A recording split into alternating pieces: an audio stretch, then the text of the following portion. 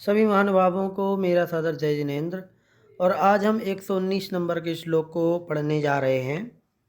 इस श्लोक में ये बताया गया है कि हमें 4 प्रकार के दान जो बताए हैं वैयावृत्ति के अंतर्गत, उन्हें तो करना ही है। इसके साथ में हमें पूजन विधान भी करना है देवशास्त्र गुरु की। तो इस विषय में प्रकाश डाला गया है। तो चलिए समझते हैं पहले श्लोक को। देवाधिदेव चरणे परिचरणम सर्वदुख निर्हरणम। देवाधिदेव चरणे परिचरणम सर्वदुख निर्हरणम। कामदुहि कामदाहिनी कामदुहि कामदाहिनी परिचिनुया दादृतो परिचिनुया दादृतो नित्यम। परिचिनुया दादृतो नित्यम। ठीक है, पूरा पढ़ लेते हैं। देवाधिदेव चरणे परिचरणम सर्वदुख परिनिर्हरणम। देवाधिदेव चरणे परिचरणम सर्वदुख निर्हरणम। कामदुहि कामदाहिनी परिचिनुया दादृतो नित्यम। क्या कहते हैं कि देवाधिदेव चरणे, देवाधिदेव इंद्रादिक देव भी जिनकी पूजा में निरंतर तत्पर रहते हैं, ऐसे देवादेवों के भी देव जो हमारे तीर्थंकर भगवान हैं, जो अरहंत देव हैं, ऐसे उन देव के अरहंत देव के चरणों में परिचरणम अर्थात पूजा विधान भक्ति भाव से। कैसी है वह पूजा? सर्व दुख निर्हरणम, सभी प्रकार के दुखों को दूर करने वाली। कामदुहि अर्थात इच्छाओं की पूर्ति करने वाली। और कामदाहिनी अर्थात काम वासनाओं को दाहिनी जलाने वाली, नष्ट करने वाली।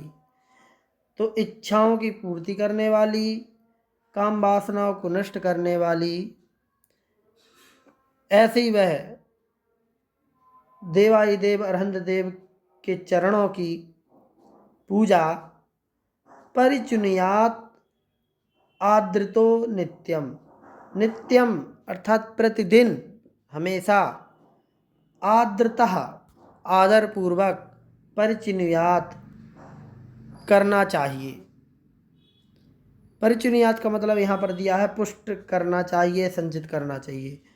तो ये जो उसका फल है वो हमें संचित करना चाहिए, या फिर अपन मोटे रूप में कह सकते हैं कि हमें उनकी पूजा करनी चाहिए, है ना। तो कहने का तात्पर्य है कि 4 प्रकार के दान तो करना ही है वैयावृत्ति के अंतर्गत। हमें देवशास्त्र गुरु की पूजन भी करना चाहिए। ठीक है, तो यहाँ पर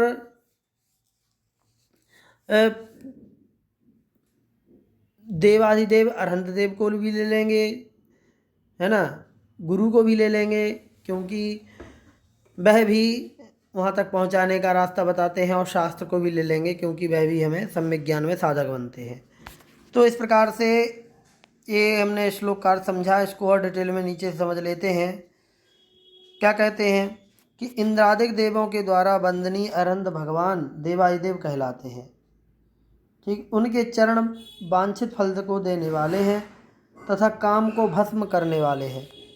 श्रावक को चाहिए कि वह आदर पूर्वक प्रतिदिन उनके चरणों की पूजा करे, क्योंकि उनकी पूजा समस्त दुखों को हरने वाली है। ठीक है, अब क्या कहते हैं, गृहस्थ के 6 आवश्यक कार्यों में देव पूजा प्रमुख स्थान है। 6 आवश्यक में पूजा करते समय पूज्य पूजक पूजा और पूजा के फल का विचार करना चाहिए। ये इम्पोर्टेंट है, इसको आप नोट कर लीजिए, याद कर लीजिए कि पूजा करते समय हमें 4 चीज़ों का हमेशा ध्यान रखना है कि पूज्य कौन है, और पूजक कौन है, और पूजा क्या है, और पूजा का फल क्या है। तो जिसने कामादिक विकारी भावों को भस्म कर दिया है, ऐसे वीतराग जिनेंद्र देव पूज्य हैं, केवली भगवान। अब ये तो उपलक्षण मात्र है। उपर्युक्त विकारी भावों को यदि आंशिक रूप से नष्ट कर दिया जिन्होंने, ऐसे निर्ग्रंथ जो गुरु हैं हमारे, वो तथा सम्यक ज्ञान की प्राप्ति में सहायक होने से समीचीन शास्त्र जो है वो भी पूज्य हैं। तो देव, शास्त्र, गुरु ये तीनों पूज्य हो गए। यद्यपि ये सब पूजा से प्रसन्न होकर किसी को कुछ देते नहीं हैं और निंदा से अप्रसन्न होकर, क्रोधित होकर किसी का कुछ नष्ट भी नहीं करते, तथापि फिर भी इनको कामदुह अर्थात मनोरथों को पूर्ण करने वाले कहे जाते हैं। उसका कारण यह है कि इनकी पूजा के काल में पूजा करने वाले मनुष्य के हृदय में जो शुभ राग उत्पन्न होता है, उसके फलस्वरूप पुण्य कर्म का बंध होता है। अब देखो, ये जो फिलॉसफी है इसको समझना बहुत ज़रूरी है। लोग सोचते हैं, कई बार कहते हैं कि अरे भगवान तो कुछ देते नहीं, तो पूजा करने का क्या मतलब, या फिर पूजा करने से हमें सब कुछ मिलेगा है। तो बात समझ में आती है कि भगवान कुछ देते नहीं तो फिर मिलता कैसे है भाई। फिर क्यों कहते हैं कि इनकी पूजा करने से, पार्षनाथ भगवान की पूजा करने से विघ्न हरण हो जाएंगे हैं, जब वो देते ही नहीं तो होगा कैसे। तो ये बात समझने की है कि मनोरथों की पूर्ति कैसे होती है। तो उसका कारण यह है कि इनकी पूजा के काल में, जिस समय पूजा करते हैं, पूजा करने वाले मनुष्य के हृदय में जो शुभ राग उत्पन्न होता है, उसके फलस्वरूप पुण्य कर्म का बंध होता है, पुण्य कर्म संचित होता है पूजा इत्यादि से। और वो क्या करता है, पाप कर्म का अनुभाग क्षीण होता है, पुण्य कर्म बढ़ता है, पाप अनुभाग क्षीण होता है। इसलिए सुख की प्राप्ति और दुख का नाश स्वयमेव हो जाता है। ठीक है। उनके गुणों में जिसे अत्यंत आदर का भाव है वह पूजक कहलाता है। अब पूज्य के बाद पूजक। पूजक कौन है? पूजक वही है जिसके हृदय में उन देवशास्त्र गुरु के गुणों का आदर हो, आदर करता हो, जो वही पूजक है। परिचर्या, सेवा, उपासना को पूजा कहते हैं और समस्त दुखों को दूर होना पूजा का फल है। यहाँ आचार्य ने कामधुई, कामदाहिनी, देवाधिदेव चरणे इन पदों के द्वारा पूज्य का वर्णन करते हुए कहा है कि पूज्य वही हो सकता है जो मनोरथों को पूर्ण करने वाला हो तथा कामादिक विकारी भावों को भस्म करने वाला हो, वही पूज्य है। और पूजक का वर्णन करा है आर्द्रता, अर्थात जिसके अंदर पूज्य के प्रति आदर भाव हो, पूज्य के गुणों में अत्यंत आदर भाव जो रखता है वही पूजक है। देव शास्त्र गुरु के प्रति जिसके दिल में सम्मान है, जिसके मन में आदर है, वही वास्तविक पूजक है। अन्य कोई पूजक नहीं हो सकता कि बाहर से पूजन कर रहा है लेकिन अंदर से उनके प्रति कोई आदर ही नहीं है, सम्मान ही नहीं है, लग रहा है कि अरे वो तो अब ड्यूटी बन गई है या करना है तो करना है, तो वो पूजक नहीं कहलाएगा। और पूजा क्या है? तो पूजा का वर्णन करते हुए परिचरणम शब्द दिया है। परिचरणम से पूजा शब्द की व्याख्या होती है कि देव शास्त्र गुरु की उनकी पद के अनुरूप परिचर्या करना।